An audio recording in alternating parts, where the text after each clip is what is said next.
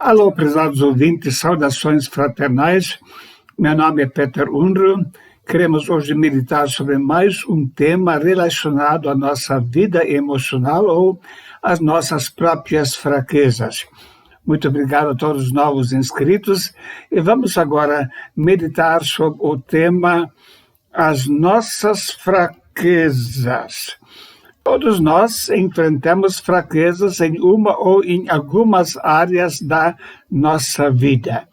Aquelas áreas em que nos deparamos fracos dependendo das circunstâncias em que nós nos encontramos. A Bíblia fala a esse respeito em Hebreus capítulo 4, verso 15, porque não temos um sumo sacerdote que não possa compadecer-se das nossas fraquezas, porém que como nós em tudo foi tentado, mas sem pecado. Veja duas verdades nesse texto. Em primeiro lugar, ele fala sobre nossas fraquezas, quer dizer, ele mesmo se inclui na lista das pessoas que enfrentam dificuldades. Em segundo lugar, fraquezas no plural, quer dizer, várias áreas da nossa vida podem estar sujeitas a oscilações das nossas reações e do nosso comportamento.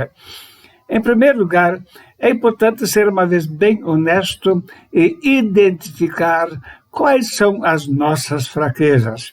Algumas pessoas têm muito problema com ira, com raiva. Outras pessoas estão mais inclinadas para vícios e assim por diante, mesmo pornografia.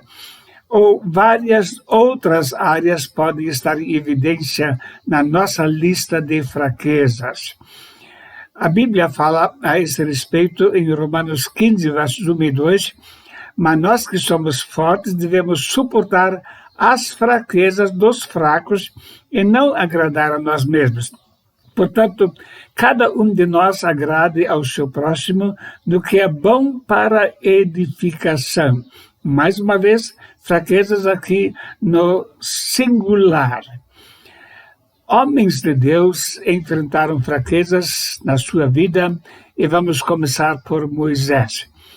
Ele, apesar de ser chamado o homem mais manso que havia sobre a terra, ele tinha momentos de ira, de descontrole.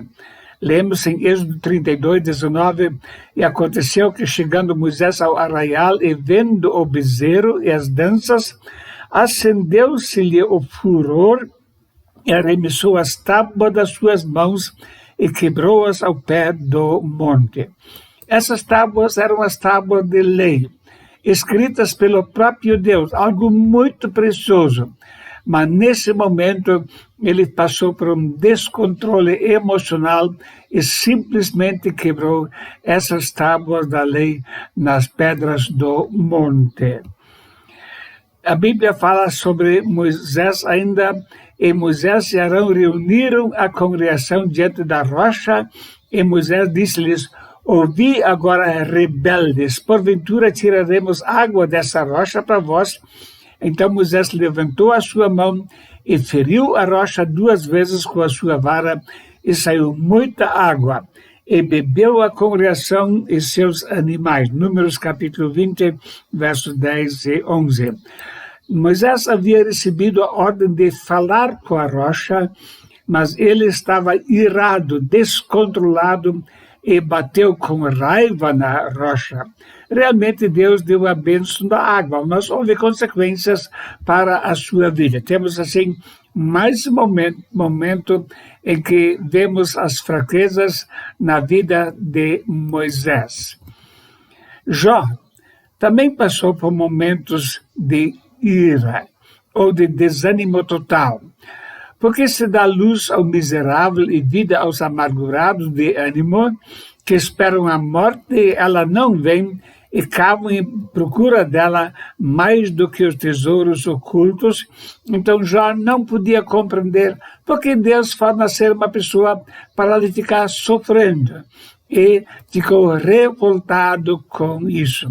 E realmente o sofrimento prolongado pode deixar a pessoa muito sem energia, sem condições de enfrentar. A pessoa vai manifestar desânimo nessas horas. Elias, o grande profeta de Deus, Lemos a seu respeito: ele, porém, foi ao deserto, caminho de um dia, e foi sentar-se debaixo de um zimbro. E pediu para si a morte, e disse: já basta ao Senhor.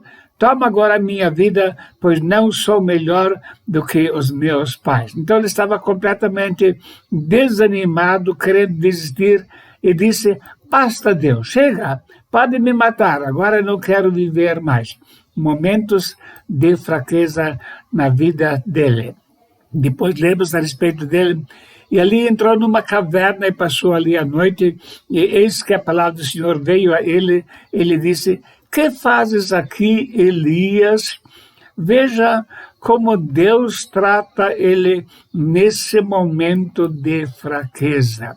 Nenhuma recriminação, pelo contrário, de uma forma mansa e suave, Deus fala com ele: o que você está fazendo aqui?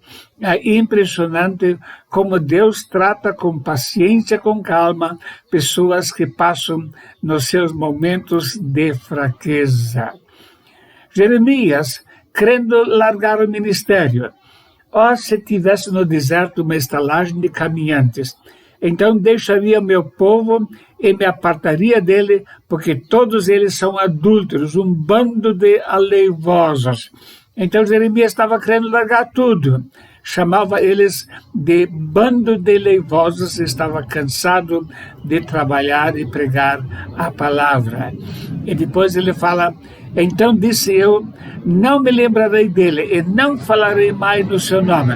Mas isso foi no meu coração como fogo ardente encerrado nos meus ossos. Estou fatigado de sofrer e não posso mais. Mais uma vez, ele manifestando a sua decepção com a rejeição da palavra de Deus que ele estava pregando. O apóstolo Pedro teve momentos de fraqueza muito grande. Lemos a respeito da autoconfiança dele. Disse-lhe Pedro: ainda que me seja mister morrer contigo, não te negarei. E todos os discípulos disseram o mesmo. Mateus 26, 35. E depois da prisão de Jesus, e como certa criada, vendo estar assentado ao fogo, pusesse os olhos nele e disse: esse também estava com ele. Porém ele negou-o, dizendo: mulher, não o conheço. Veja aqui esse grande apóstolo, depois de andar 3 anos e meio com Jesus, dizer: eu não o conheço. Simplesmente era o momento em que ele fraquejou completamente. Apóstolo Paulo fala: verdade é que também alguns pregam a Cristo por inveja e porfia, mas outros de boa vontade. Uns, na verdade, anunciam a Cristo por contenção, não puramente julgando acrescentar aflição às minhas prisões. Então, Paulo já estava preso, ele estava sofrendo, e havia pessoas que ainda estavam querendo acrescentar mais dores à sua situação de prisão. Momentos de dificuldade na vida da pessoa. E o apóstolo Paulo escreve: e para que não me exaltasse pela excelência das revelações, foi-me dado um espinho na carne, a saber, o mensageiro de Satanás, para me esbofetear, a fim de não me exaltar. Ele havia tido revelações importantíssimas, e Deus, então, para evitar que ele se exaltasse, lhe permitiu que Satanás colocasse um espinho na sua carne. E ele disse, então, que pediu 3 vezes ao Senhor, acerca do qual 3 vezes orei ao Senhor para que se desviasse de mim, e disse-me: a minha graça te basta, porque o meu poder se aperfeiçoa na fraqueza. De boa vontade, pois, me gloriarei nas minhas fraquezas, para que em mim habite o poder de Cristo. Paulo também tinha as suas fraquezas. Ele pediu para ficar livre desse espinho na carne, o que não lhe foi concedido para o próprio bem dele. E ele chegou ao ponto de dizer, então: por isso sinto prazer nas fraquezas, nas injúrias, nas necessidades, nas perseguições, nas angústias por amor de Cristo, porque quando estou fraco, então sou forte. 2 Coríntios 12, verso 10. Sim, o apóstolo Paulo reconheceu que determinadas fraquezas podem ser muito úteis para a manutenção do nosso ministério. Ele chegou a ponto de dizer: me gloriarei nas minhas fraquezas. Vou estar contente com isso para que em mim se manifeste o poder de Cristo. Que tipo de fraqueza nós estamos passando na nossa vida? Todos necessitamos do trono de graça. E o texto que já iniciamos na leitura no começo dessa meditação trata exatamente dessa realidade. Não há ninguém que não precise, em determinados momentos, recorrer de uma forma especial ao trono da graça. Visto que temos um grande sumo sacerdote, Jesus, o Filho de Deus, que penetrou nos céus, retenhamos firmemente a nossa confissão, porque não temos um sumo sacerdote que não possa compadecer-se de nossas fraquezas. Porém, que como nós em tudo foi tentado, mas sem pecado. Chegamos, pois, com confiança ao trono da graça, para que possamos alcançar misericórdia e achar graça, a fim de sermos ajudados em tempo oportuno. Como Deus é bom, como Ele é longânimo para conosco, e mesmo na hora da fraqueza, Ele não manda a pessoa embora, pelo contrário, Ele convida: venham ao trono da graça com as vossas fraquezas, para receber graça e para receber ajuda em tempo oportuno. Às vezes a pessoa pode ficar completamente desanimada consigo mesmo. De novo errei, de novo fracassei. Sim, fracassos são resultados das fraquezas que habitam em nós. Mas Deus não nos lança fora por causa disso, pelo contrário, Ele nos chama para chegarmos à sua presença, ao trono da graça, para receber misericórdia e achar graça em tempo oportuno. Fraqueza não é virtude. E da mesma maneira também o Espírito ajuda as nossas fraquezas, porque não sabemos o que havemos de pedir, como convém, mas o mesmo Espírito intercede por nós com gemidos inexprimíveis. Deus não está apoiando fraquezas, e o Espírito Santo está atuando em nós para nos ajudar a superar as nossas fraquezas. Mesmo no texto de Hebreus mostra que devemos receber graça e ajuda no tempo da fraqueza. Também 1 João capítulo 1, verso 9, se confessarmos os nossos pecados, Ele é fiel e justo para nos perdoar os pecados e nos purificar de toda a injustiça. Se Deus é longânimo em relação à nossa fraqueza, devemos lembrar, mas Ele quer nos ajudar para que fiquemos fortes e possamos resistir às provações na hora da fraqueza que enfrentamos. Quais são as minhas fraquezas?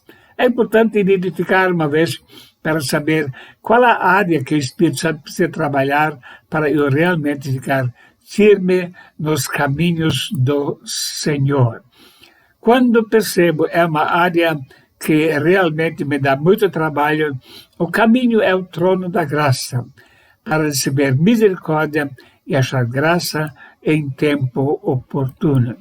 Que Deus nos possa ajudar, para que possamos, com as fraquezas, chegar perante Cristo, receber ajuda, não desanimar, mesmo quando já fracassamos muitas vezes, mas saber, nós temos um Senhor no céu, no trono da graça, que está esperando para nos ajudar, e podemos chegar com toda a confiança diante dele, porque sabemos que ele vai nos receber, ele vai nos ajudar e vai nos ajudar a superar também as nossas fraquezas. Que Deus possa abençoar a cada um ricamente. Amém.